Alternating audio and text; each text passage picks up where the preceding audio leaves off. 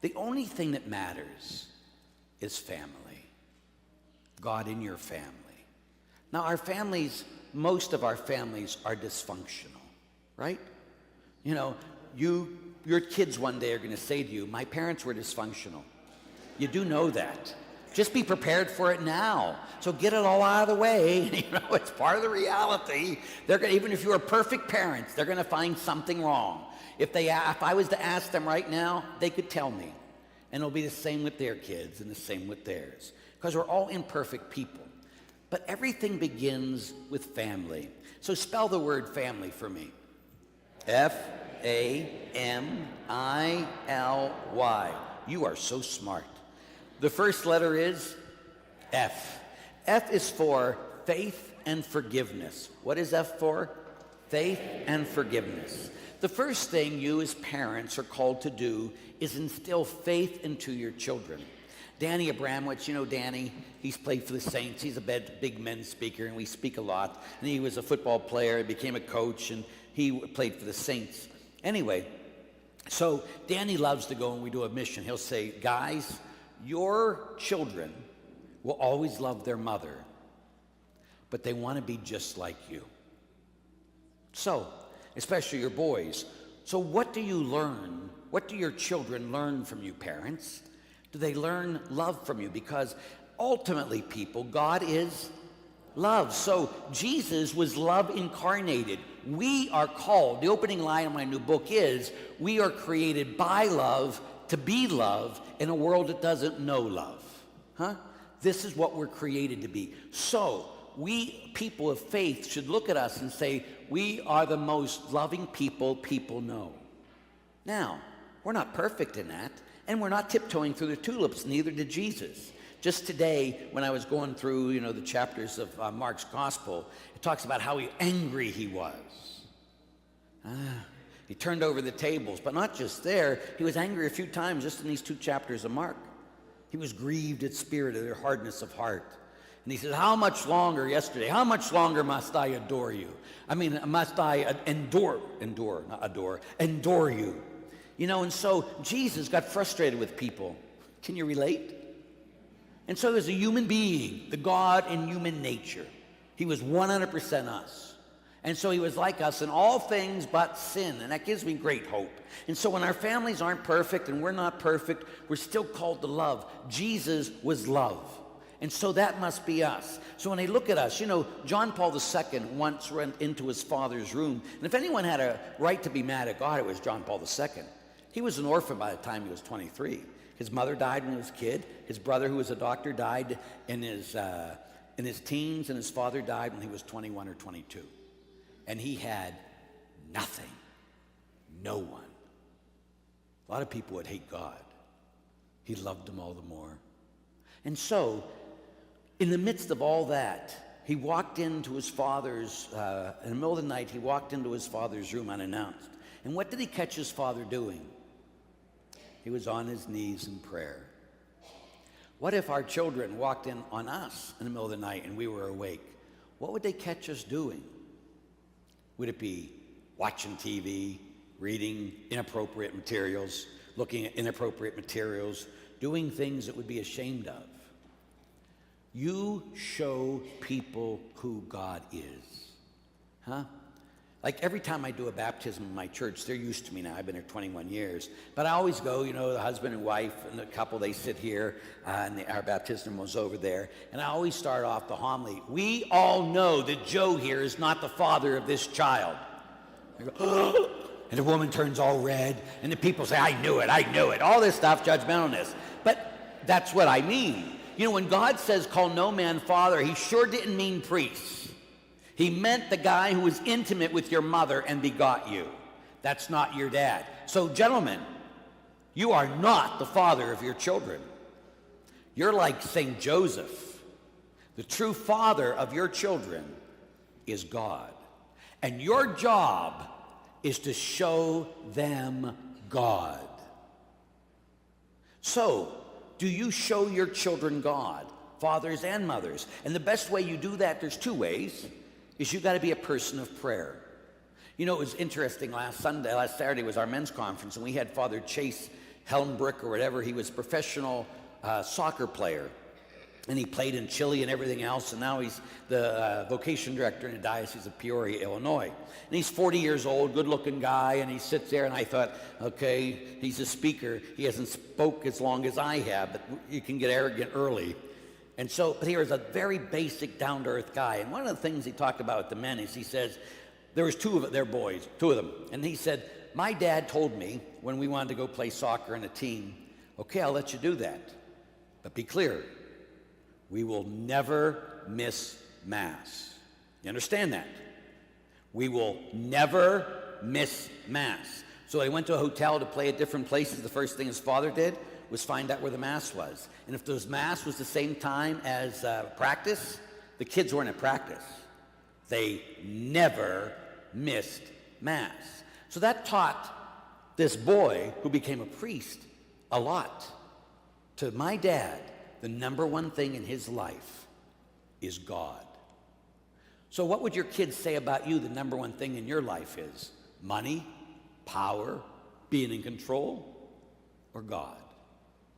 The second thing we do is to show them God and give them faith, is that we become these people of love.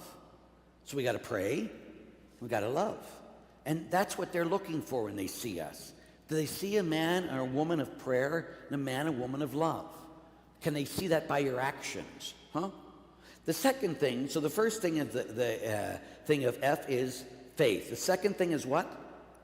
Forgiveness. So the first thing is faith. The second part of F is forgiveness. Now again, Jesus shows us very clearly today, unless you forgive your brother from your heart, my Father will treat you the same way. When you say the Lord's Prayer tonight, and you say, and forgive us our trespasses, as we forgive those who trespass against us.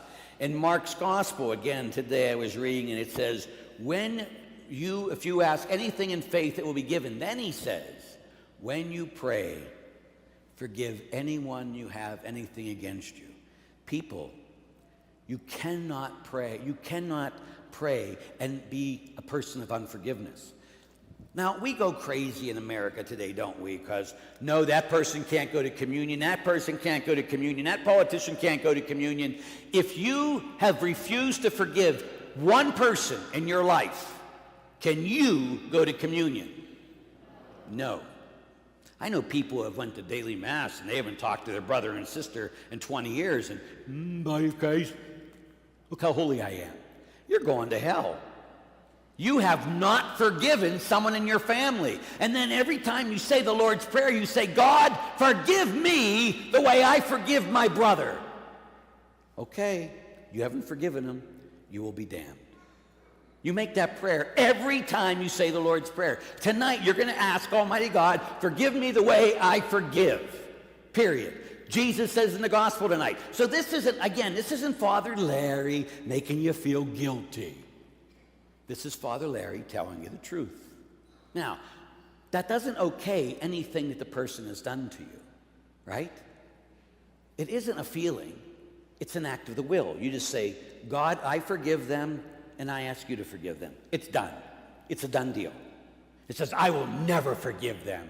You're done. It's a done deal. And again, you might say, Father, you don't understand. Oh, I understand. I entered seminary at 16 years old.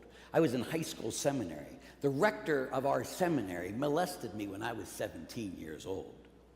But people, I am not a survivor. I am not a victim. I am a warrior. Why? Because I forgave him years ago.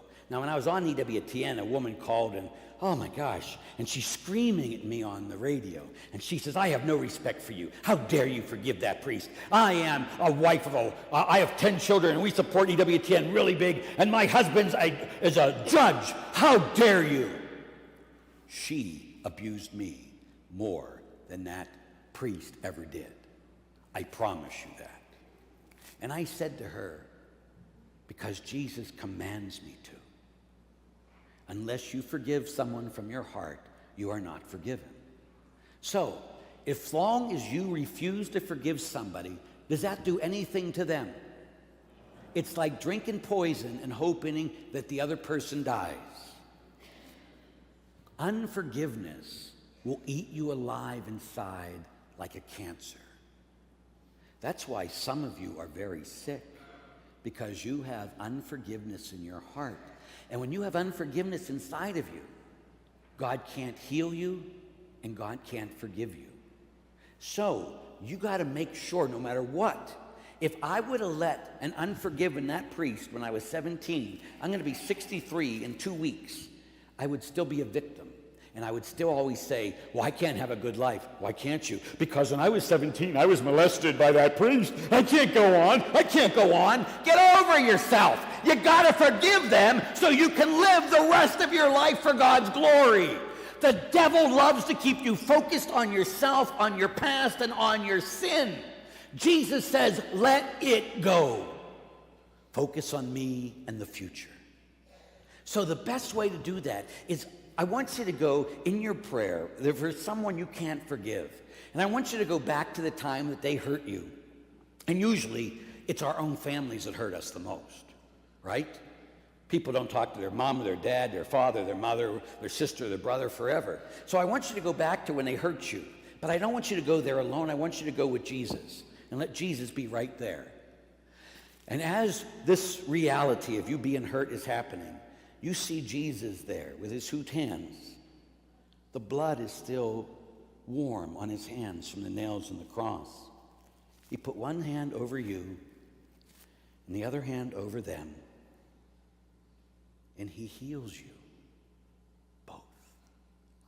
You do realize, I always tell people, and they hate me for this, besides other things, is that you're finally getting at what it is to be a Christian, is when the day you hope and pray, the person you hate the most on this earth gets to sit next to you forever in heaven. Huh? Aren't you excited about that? They will be redeemed, and you will be redeemed. Every one of us have committed sin, correct? And every one of us want forgiveness. God bless you. Then be an instrument of that forgiveness to somebody else, and you'll always be forgiven. So as long as you have a forgiving heart, you're very close to the kingdom. You're already close to heaven because you bring the mercy of God to everybody. And the problem is, so many people that like divine mercy. Confession. I was going to say, there's no divine mercy in here. I'm going to have to beat the pastor. Anyway, so all the people that love divine, so sorry, Father, please excuse me, please excuse me, please excuse me. And so what happens here is some people are like, mercy for me and justice for everybody else. Mercy for me and justice for everybody else. Because mercy is giving something good to someone who doesn't deserve it. And who is that? Us. So then be an instrument of mercy. So F is for faith and forgiveness. Next letter. A. A is for affirmation. What's A for? Affirmation. Now again, my main thing, if you can tell, I've been very gentle on you people these last 2 days. When I do a men's conference, some of the people have been with me on a men's conference. I am a miserable human being because I just challenge the heck out of men because I think Catholic men are too wimpy today. They just are. You know, they don't want to do the hard stuff. They just want the least. They don't want to go to a mission with a priest. They don't want to do, but you guys did, good job. But anyway, but most don't. And so when I do a parish mission, or when I was doing a men's conference, and as I was doing this men's conference, I can't find it here. I always carry it in. I must have put it somewhere in my Bible here. But anyway, here it is. I was doing an all-day men's conference. I'm the only speaker, and I was down in Kansas City, Kansas. And then I was going to drive up to Carmel, Indiana to do a parish mission. But anyway, so these guys, we had 1,100 people there. It was in the round, kind of like this, but without sides. It was just in the round. And all these men had to listen to me from 9 in the morning to 5 in the afternoon. Hell on earth. And as I do, if you don't notice, I scan the crowd because I can go on a totally different tangent if I see someone that looks constipated. And I'll go there just to get you right then. I'm miserable that way. So anyway, I'm scanning the crowd as I always do, and there was this kid in the back. And he had a mohawk. You know what a mohawk is? You know, he had a mohawk on. He had black fingernail polish. He had the big boots on, the army boots. He had a big pea coat on. And he was sitting there like this my whole day as I was talking to him. And I'm scanning and thinking, I'm missing this kid. I can't reach this kid. No matter what I did, I couldn't reach the kid. Anyway, I'm leaving. And as I'm leaving, I'm going to drive the car and start driving to Indiana. And so as I'm doing it, I'm running out, standing ovation, everybody's clapping, and this kid comes running over to me. And I'm thinking, he's going to kill me. And he'd have been right to kill me too. We got it. And so anyway, he says, here, Father, and he handed me this very piece of paper. Now, usually when people write me notes, it's usually to say negative things to me like, Father, I think you're very loud. I think you're judgmental. I think you're arrogant. Father, I think you should keep your mouth shut. All kinds of stuff. And so, and again, people, if you're wanting to do that, don't you think I've heard that before? Oh, no, you said I'm a loud person. No, I never thought about that. Maybe I should change my whole life because of your anonymous letter. Maybe I should be more gentle because you think so in Sherman, Texas. Finally! No. The only way I'm going to change is if I have a lobotomy, correct? This is my personality. Sorry, it's just the way it is. So anyway, this kid gives this to me, and it says, Pax Omni. Now, I don't know any Latin. Some people think I'm a bad priest because I don't know Latin, but I never learned it. They never taught us. I'm one of those. Oh, you can't be a good priest. You don't know Latin. Shut up, you. Anyway, so he must have known. It says Pax Omni. I don't know what Latin is, so he explained it. He was probably homeschooled. Great kid. And so it says, peace everywhere. Huh? And I open it, and I read it, and this is what it says. Maybe one person in 1,000 years dies from too much praise. Yet every minute a kid dies inside from lack of it. Maybe one person in 1,000 years dies from too much praise. Yet every minute a kid dies inside for lack of it. Do you affirm your children? Do you affirm your spouses? People, because I tell you, I promise you, right in front of Jesus Christ, that you all say something negative to your kids every day. You didn't do that. Did you brush your teeth? You didn't brush your teeth. Did you take out the garbage? You didn't do that. Why did you do that? Your teacher called me. And we make this negative stuff so that's all they ever hear from the people they're supposed to hear love from. All they hear is negativity. So this is what I want you to do. I want you to decide to say one nice thing to your spouse and to each of your children every day. What? Every day? Every day. You say something negative every day. Can you not say nothing? People of God, affirmation is such a need. If they don't find affirmation at home, they're going to go someplace where they will. It's not that hard to say something nice to your kid or to your spouse every day. And if that's too hard for you, what a wimp. Really? Your kids are dying for it, and you can't give them what they need because of your own fear and your own pride, because that's what stops you. So decide, every day for the rest of my life, I'm going to say something nice to my kids and to my spouse. I know, I'm so mean. Next letter, M. M is for make memories. What's M for? Make memories. So F is for faith and forgiveness. A is for affirmation. M is for make memories.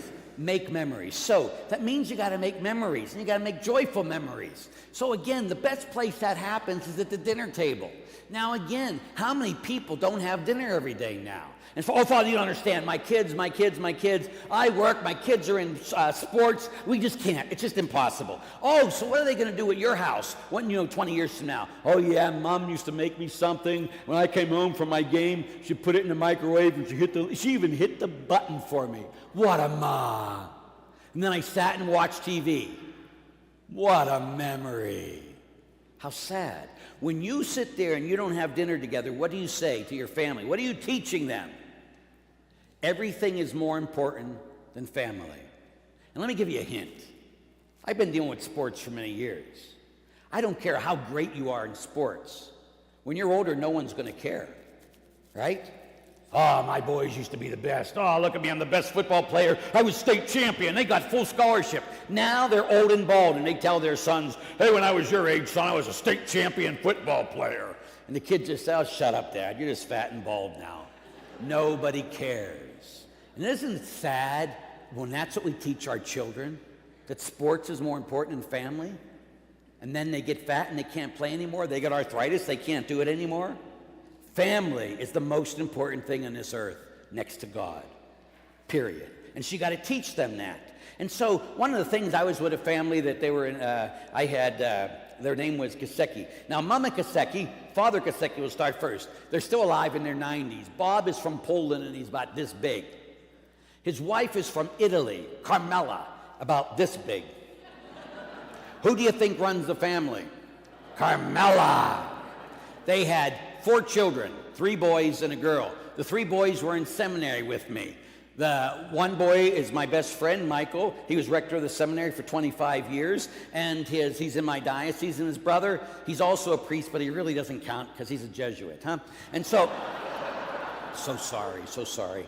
But anyway, he's head of the Jesuits. If you ever see CNN, it's Tim Kaseki, Father Tim Kaseki, which does all their stuff when the Pope and that's on. So anyway, so him and then the other brother is a ranger. Well, he's retired now, but he was a ranger. And the girl became a doctor. And I used to love to have dinner at their house because dinners would go on for hours and hours and hours. And we would laugh and laugh and laugh. I'll never forget one day, we were all laughing so hard. The girl, who was the baby, laughed so hard she peed herself. What a memory. Do you laugh so hard at your house that someone might pee themselves? Invite Father over, would you, and see if that works on him. Anyway, so the reality is that you got to make these type memories. Make memories. And even when their boy got older, Daniel, and he was working, when he came home maybe at 9 o'clock, the rule was TV, everything goes off, everybody sat at the dinner table with him. Why? Because nobody eats alone. We're a family.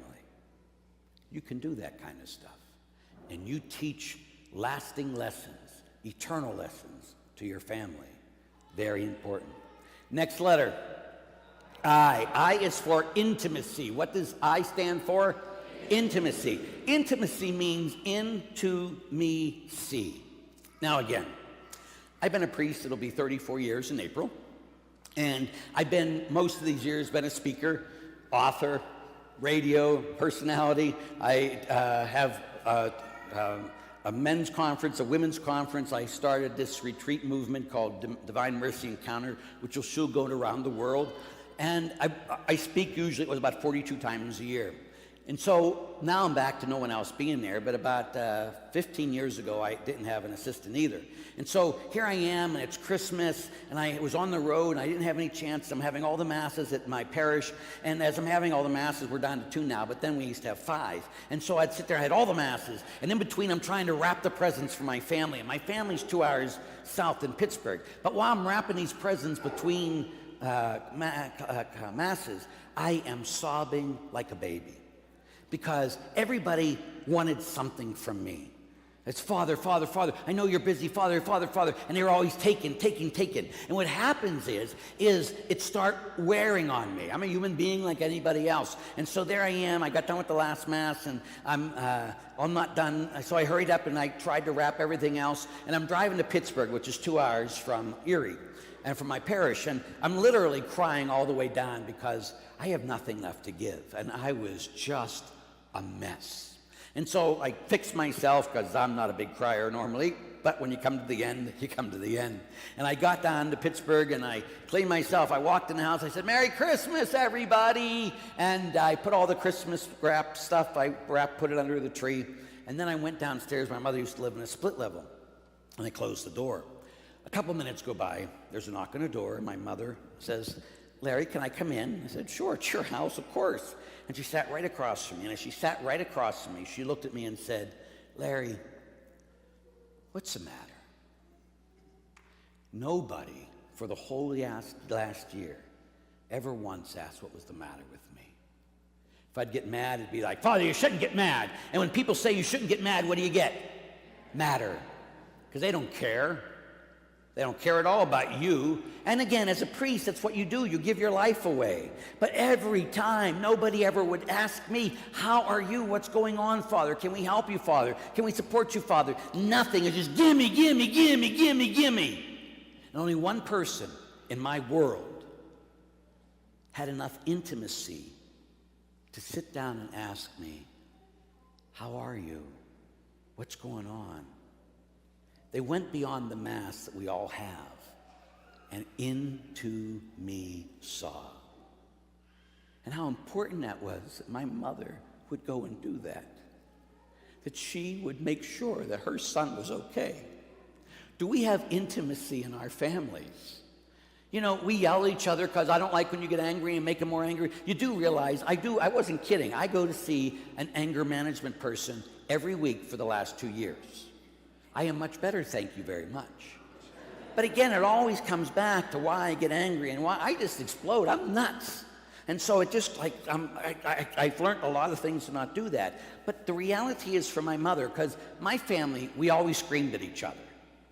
We were not a typical family, I love you, oh, I love you, no, come here. No, we screamed at each other.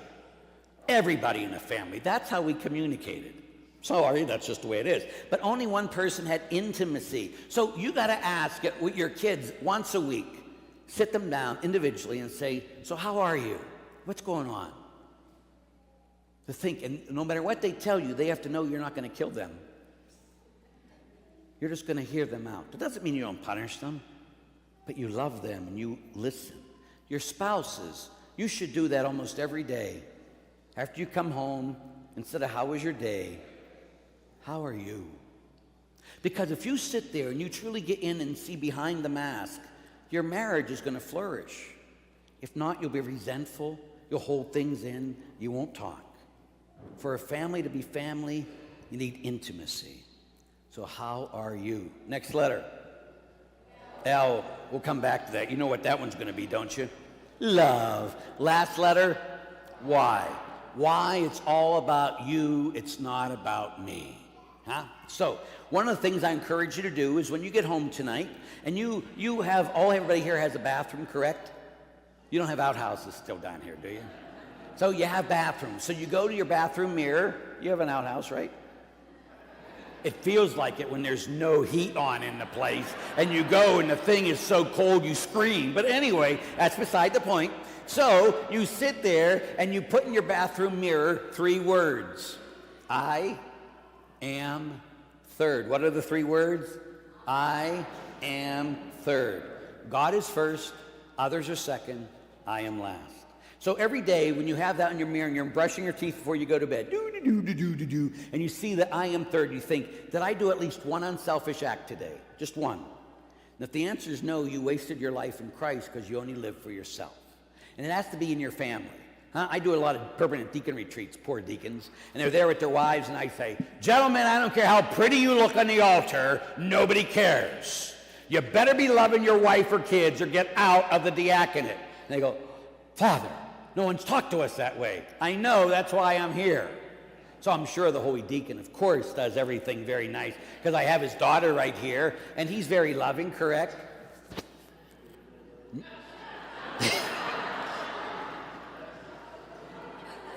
Okay, we'll move on. And so, you always do one unselfish act. You've got to love your family before you love anybody else. Let's go back to L. L is about love. In your Bibles, if you open them with me here, it's the only time here in the whole Bible.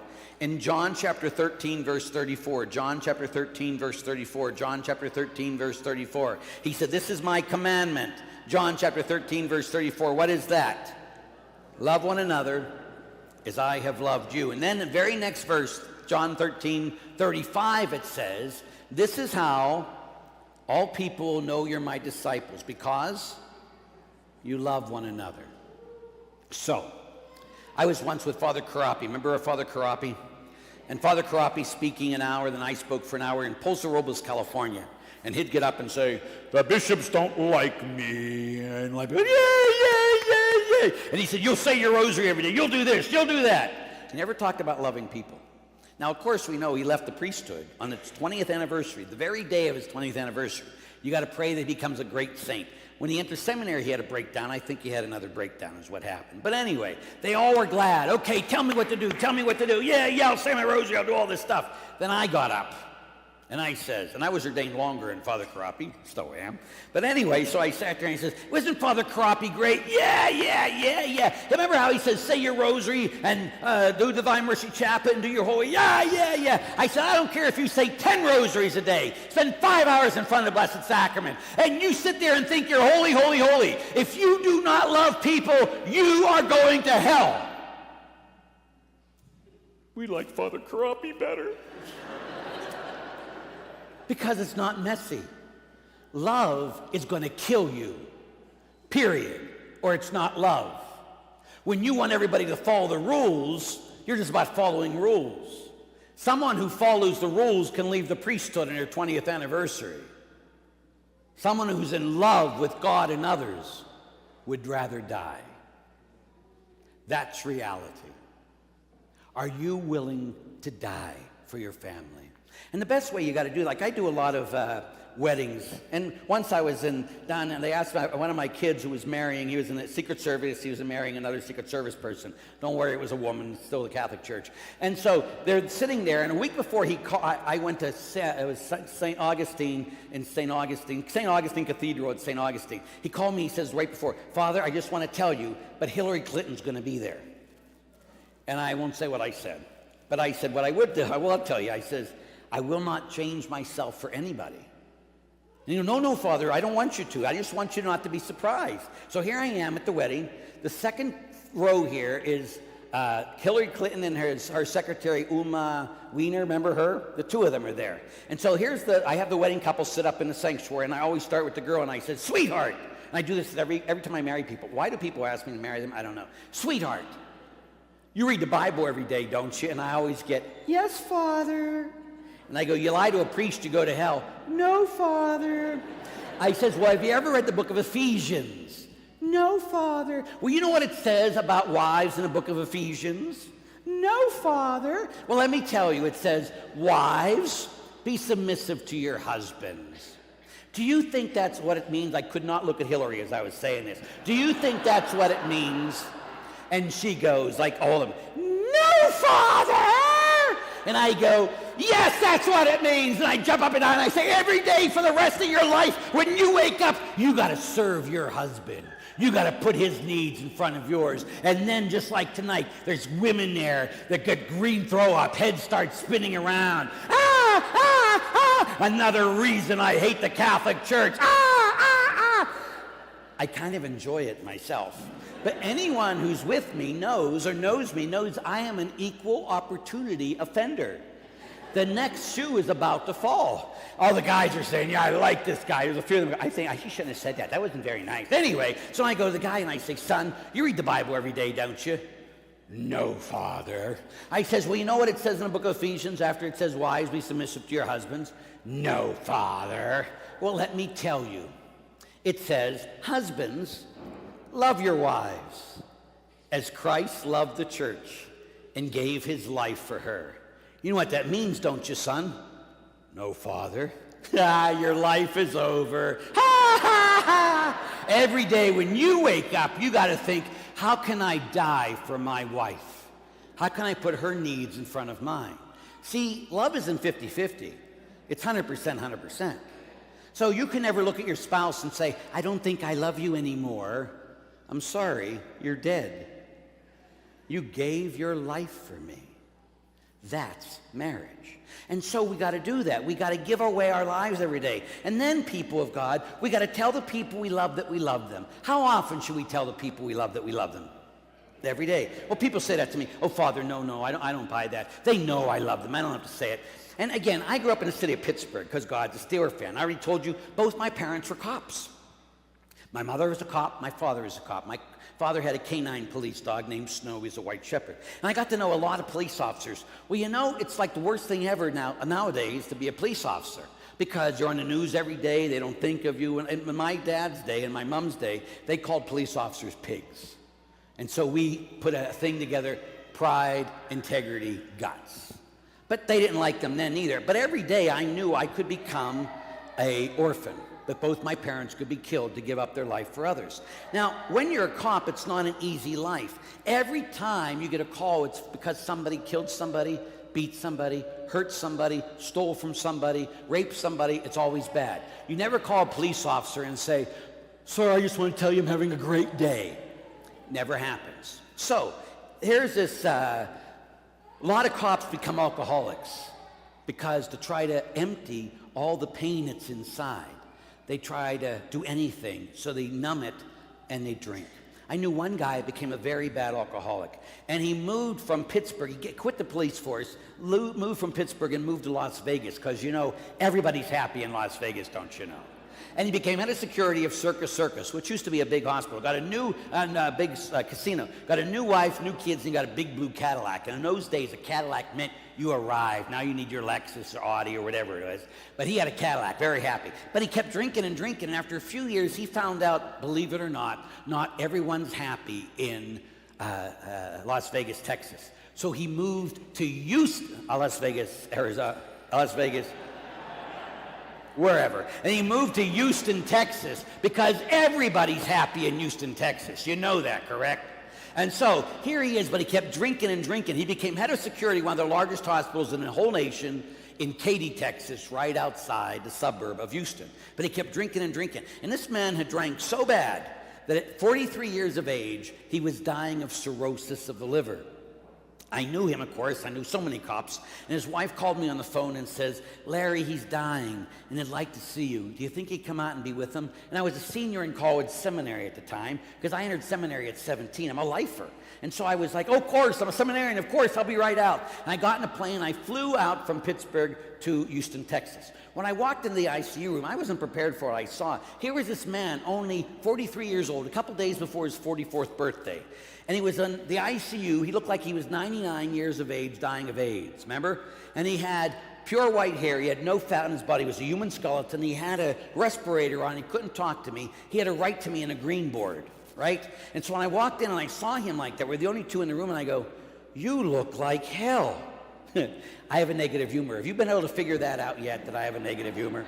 And so I picked on him. That's what I do for people I love. I pick on them. It's my way. Sorry, it's negative humor. But I picked on him. I prayed with him and for him, and I just was with him for the week. But I had to go back, because I was a senior in college, and it was the fall semester in September. I had to get back to school. So the last time I was with him, I'd say, "Hey, listen, you know, I'm going to be graduating in May, and it'd be great if you could be there." And he shook his head up and down, but we both knew this wasn't going to happen. He was going to die. And I said, "Listen, okay, I'll pray for you." "Oh, Father, seminarian, oh, you're so holy. Thank you for praying for me." "Oh, please." And I start walking out of the room. Well, as I was walking out, I knew it'd be the last time I saw him, so I turned around to get one last look at him. And here he is, desperately calling me back with his hands, desperately calling me over with his hands. And as he's calling me over with his hands, he took me with what strength he had left, and he grabbed me, and he started hugging me. And he's hugging me so tight. And as he's hugging me so tight, I look up and I go, "Yeah, I love you too, Dad." And a little later, my dad died. The only time I told my dad that I loved him was on his deathbed. Why? Because he was an alcoholic, and he was a mean alcoholic. And I spent my whole life judging my father instead of loving my father. My father died. He just turned 44 years old, a couple days in September. And he swore he'd never be like his dad. But my dad, my grandfather, his dad, was a terrible alcoholic. He was a street bum. We'd have to go pick him up off the streets. People you see in the streets, my grandfather. And my dad swore he'd never die of the same. He'd never do the same thing. My grandfather died at 53. My dad died at 44. The only thing, I'm so glad that the last thing I said to my dad was, "I love you." Because, don't you get it? Jesus Christ only gave us one commandment: love one another. And then he forbid us. He forbid us to judge. And we Catholics are great judgers. We're not so great lovers, especially me. I am so glad that the very last thing I ever said to my dad was, "I love you." People, don't you get it? Our anger, our judgment will change nobody, especially people in our family. The more judgmental you are, the more your kids will hate God, and it'll be your fault for the rest of their lives. Because they think if that's what it is to be a follower of Jesus, I don't want any part of it. But if they look at you and they know that no one loved as best as you could in your struggles, that you were forgiving, that you were loving, you were praying, and that you told them that you loved them every day, you'll change the world. So I'm giving you homework. You ready? 1, we'll start with the kids. You guys got to write 2 letters before you go to bed tonight. Unless it's too late, it's past your bedtime, I'll give you till tomorrow. I'm very generous. And the 2 letters you got to write is 1 to your mother and 1 to your father. And you got to tell them that you love them and why. And you can't say, "Dear Dad, I love you, man, Joe." Nope, doesn't count. You got to tell them why. Parents, if you have 10 kids, it's going to be a long night. You have to write to each of your children and tell them that you love them and why. And no, you can't just do it on the computer and change the first name and send it out. You got to handwrite it. It takes time. Now, those of you who have older kids, when you send this out to them, the first thing that they're going to ask you is they're going to call you after they get your letter and go, "Are you dying? Are you okay? What's the matter?" Da, da, da, da, da. And so you got to do this. Some of you got to write it to your older parents because they've never said it to you. Well, you got to say it to them. Maybe they didn't have a loudmouth priest that screamed at them and made them feel guilty. You be the one that starts that. Write them a letter. "I was thinking, I want you to know I've never told you before, but I love you." And then the second part of the homework is you have to tell the people you love that you love them every day. Now again, some of you are looking at me and saying, "No, Father, I'm German. Germans don't do that." Or, "Father, I'm Italian. We do it all the time. Mwah, mwah, mwah. I love you, I love you, I love you." Or, "Father, I'm Irish. We do it when we're drunk." You don't let your culture determine your faith. Your faith determines your culture. Jesus said, "Love one another as I have loved you." And then John chapter 15, verse 9, it says, "As the Father has loved me, so I love you." So you must tell the people you love that you love them. So do that. So to be a family, you got to do F, faith, forgiveness. A, affirmation. M, I, L, Y. It's all about you. I am third. Do this and change the world. You got it?